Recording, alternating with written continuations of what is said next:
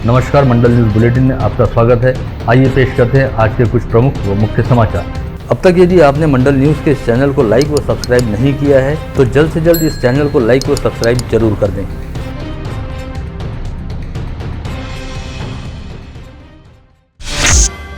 Madhya Pradesh police ने Kanha national park स्थित एक रिसोर्ट में बैठकर आईपीएल क्रिकेट टूर्नामेंट पर सट्टा खेले व खिलाए जाने का एक मामला उजागर करते हुए कुल 7 आरोपियों को गिरफ्तार किया है, जिसमें से 7 सटोरिये अमरावती जिला अंतर्गत चांदू रेलवे तहसील के निवासी हैं। ये चारों सटोरिये अपने साथियों के साथ आईपीएल का सट्टा खाएवाड़ी करने के लिए मध्य प्रदेश के मंडला स्थित कान्हा नेशनल पार्क में गए थे और वहाँ के एक रिसोर्ट में पिछले 3 दिनों से रुके हुए थे। पुलिस द्वारा हिरासत में लिए जाने के बाद इन चारों आरोपियों ने बताया कि खाएवाड़ी करने के बाद वे अमरावती के 3 सटोरियों को लगवाड़ी किया करते थे और यह पूरा काम फोन पर ऑनलाइन चला करता था। हिरासत में लिए जाने के बाद इन आरोपियों ने पुलिस को बताया कि वे सट्टे की खाएवाड़ी करने के बाद अमरावती में रहने वाले हर्षल, योगेश व तुषार नामक 3 सटोरियों के पास लगवाड़ी कर दिया करते थे। ऐसे में पुलिस द्वारा अमरावती में रहने वाले 3 बड़े सटोरियों की जानकारी को खंगालने हेतु शहर पुलिस आयुक्तालय से संपर्क साधकर क्रिकेट सट्टे और इस मामले में धरे गए आरोपियों से संबंधित जानकारी साझा की गई है।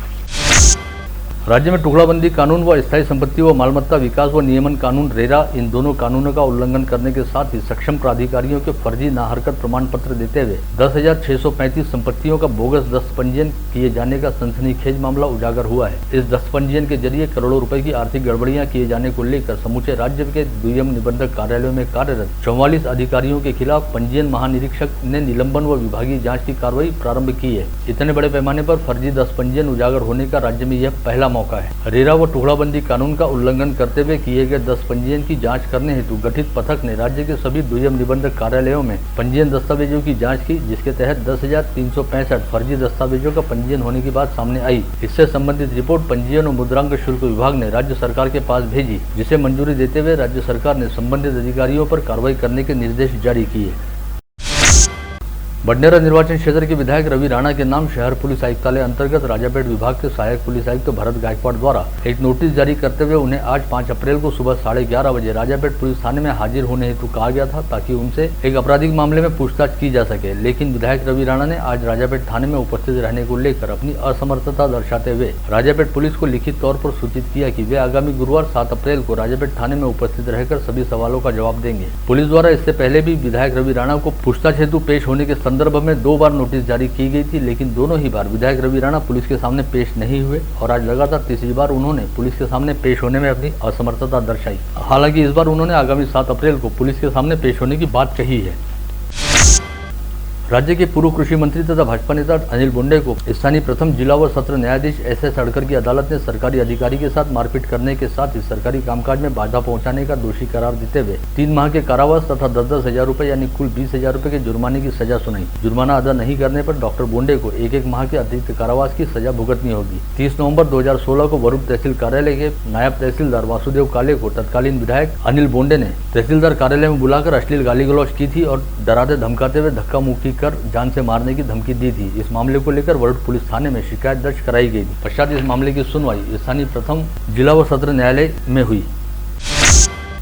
शहर के दस्तूनगर परिसर की गली नंबर 3 में रहने वाले जय श्यामलाल दादलानी नामक 27 वर्षीय युवक ने आज अपने आवास पर दोपहर करीब 2 बजे के दरमियान अपनी प्रेमिका की आंखों के सामने फांसी लगाकर आत्महत्या कर ली। पश्चात इस युवक की प्रेमिका जब हड़बड़ाकर घर से चीखती चिल्लाती बाहर भागी तो उसकी चीख पुकार को सुनकर सभी को इसका पता चला, लेकिन तब तक काफी देर हो चुकी थी और जयेश दादलानी की फंदे पर लटकने के चलते मौत हो चुकी थी। पता चला है कि जयेश का दस्तूनगर परिसर के पास स्थित एक कॉलोनी में रहने वाली युवती के साथ प्रेम संबंध चल रहा था और यह प्रेम संबंध व रिश्ता दादलानी परिवार को तो मंजूर था, लेकिन लड़की के परिवार वाले इसके खिलाफ थे। ऐसे में यह लड़की हमेशा ही जयेश पर घर से भागकर शादी करने को लेकर दबाव बनाया करती थी। वहीं जयेश इसके खिलाफ था और अक्सर कहा करता था कि वह लड़की के परिवार वालों को मना लेगा। आज मंगलवार 5 अप्रैल की सुबह जयेश हमेशा की तरह अपने काम पर चला गया और लड़की सुबह 11 से 11:30 बजे के आसपास जयेश के घर पहुंची और उसने जयेश को फोन लगाकर तुरंत घर आने हेतु कहा। ऐसे में जयेश आनन फानन में अपने घर पहुंचा और प्रेमिका को लेकर घर की पहली मंजिल पर गया, जहाँ पर ये केवल दोनों ही थे। इस समय जयेश के पिता अपनी दुकान पर जा चुके थे और जयेश की छोटी बहन स्कूल गई हुई थी। वहीं जयेश की मां परिवार में आयोजित एक गमी के कार्यक्रम में हिस्सा लेने हेतु धुलिया गई हुई थी। संभावना जताई जा रही है कि यहाँ पर दोनों के बीच एक बार फिर घर से भागकर शादी करने के विषय को लेकर तकरार हुई और आए दिन की झंझट से छुटकारा पाने हेतु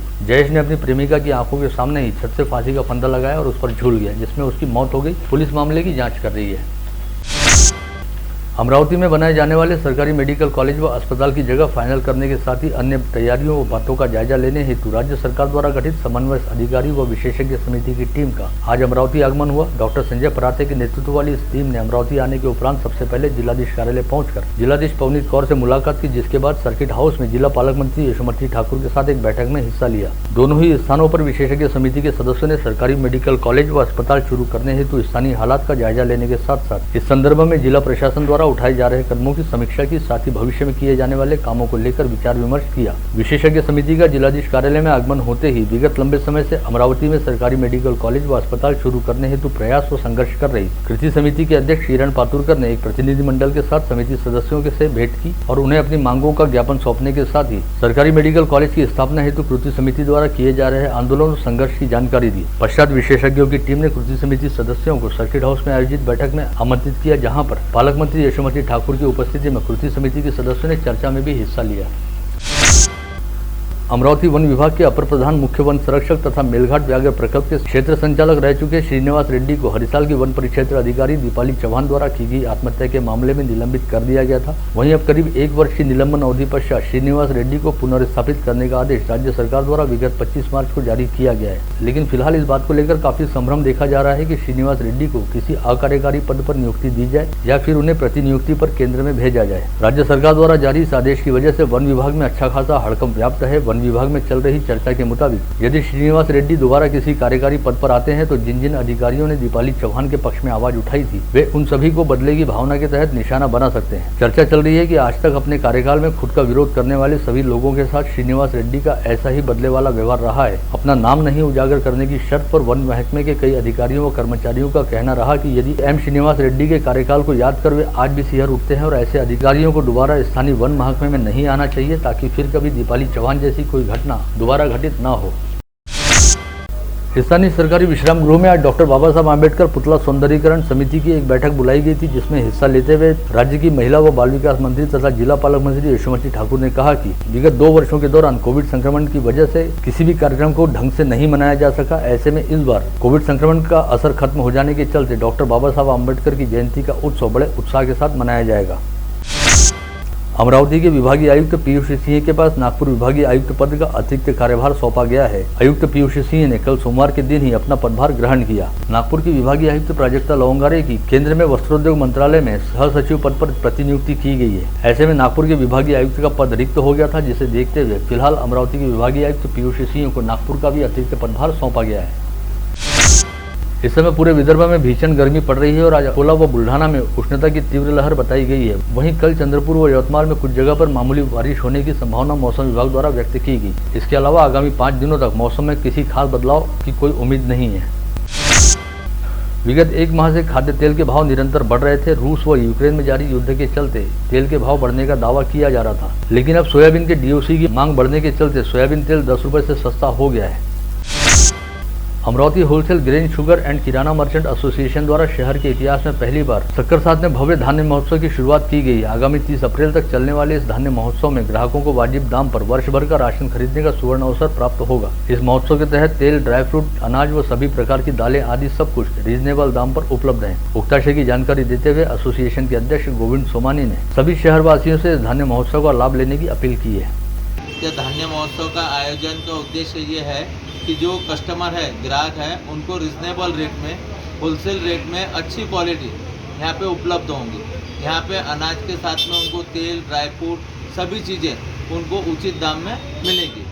और यहाँ पे जैसे हर बार क्या है कि जो गिराहक है वो जैसे उनके एरिया में, कॉलोनी में वहाँ से माल खरीदते हैं, तो वो जो कॉलोनी वाले हैं वो हमारे से यहाँ से सक्करसाद से ले जाते हैं। हमारा उद्देश्य ये है कि कस्टमर को रिजनेबल रेट में, होलसेल रेट में अच्छी चीज़ उन तक पहुंचाना। सभी प्रकार के अनाज रहेंगे, गेहूँ, चावल, तुअर दाल, चना दाल, मूंग दाल, जितने भी धान्य हैं वो पूरा रहेगा। कड़ धान्य रहेगा, उसके बाद में सभी तरह के मसाले रहेंगे उसके अंदर, उसके बाद में तेल रहेगा।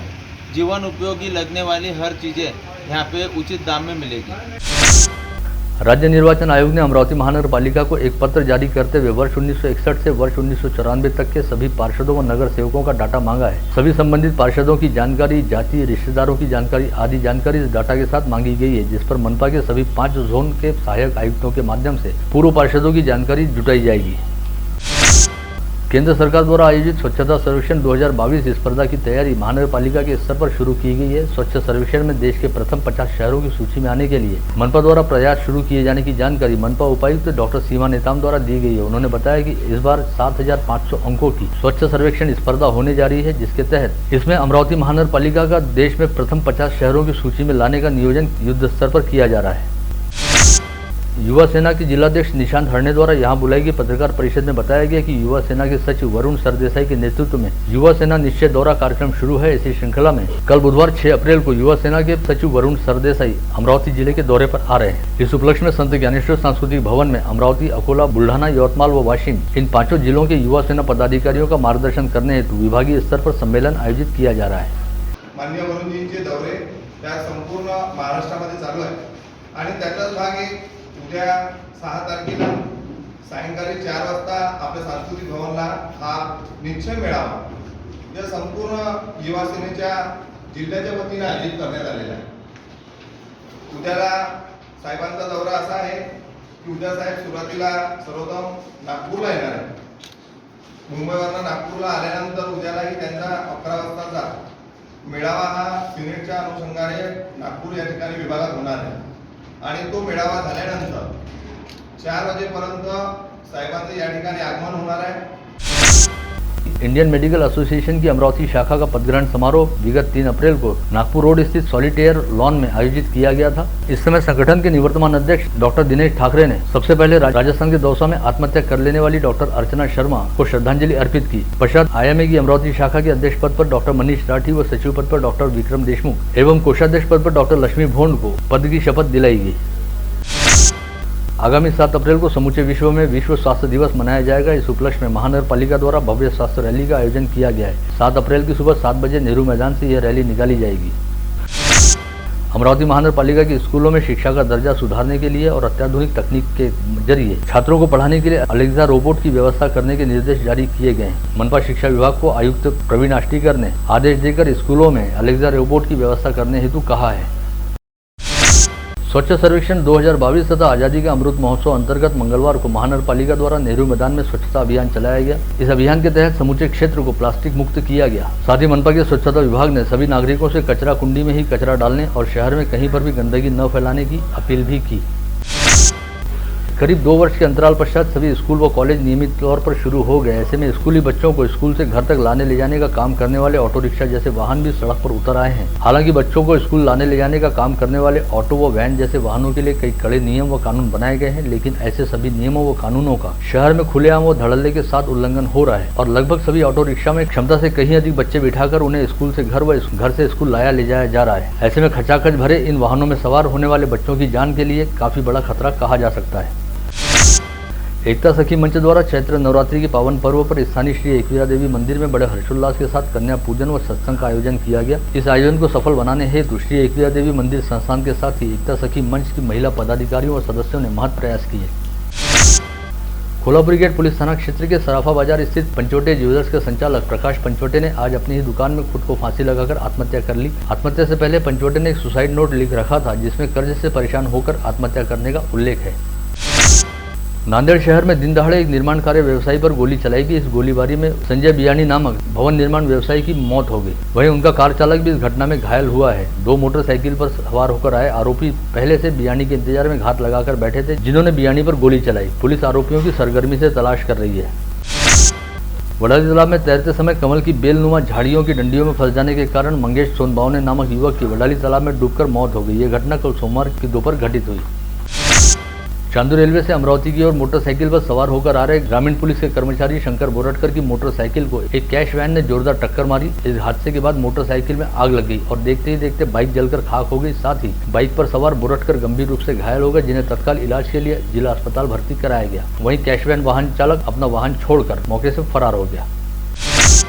राजापेट पुलिस थाना क्षेत्र के हीरा कॉलोनी गोपाल नगर परिसर में रहने वाले उमेश मधुकर ठाकरे नामक व्यक्ति अपने घर में अवैध तरीके से 3 पहिया व 4 पहिया वाहनों में गैस रिफिलिंग का काम करने के लिए घरेलू गैस सिलेंडर का स्टॉक जमा कर रखता है। ऐसी जानकारी मिलने के बाद अपराध शाखा पुलिस ने छापा मारकर आरोपी को गिरफ्तार किया और करीब 40,000 रुपए का माल बरामद किया। वलगांव पुलिस थाना क्षेत्र के शिराला रेलवे क्रॉसिंग के पास शराब की तस्करी करते समय पुलिस आयुक्त के विशेष दस्ते ने छापा मारकर गणेश झाकरडे नामक आरोपी को गिरफ्तार किया। साथ ही उसके पास से हुंडई कार समेत 2,30,880 रुपए का माल बरामद किया।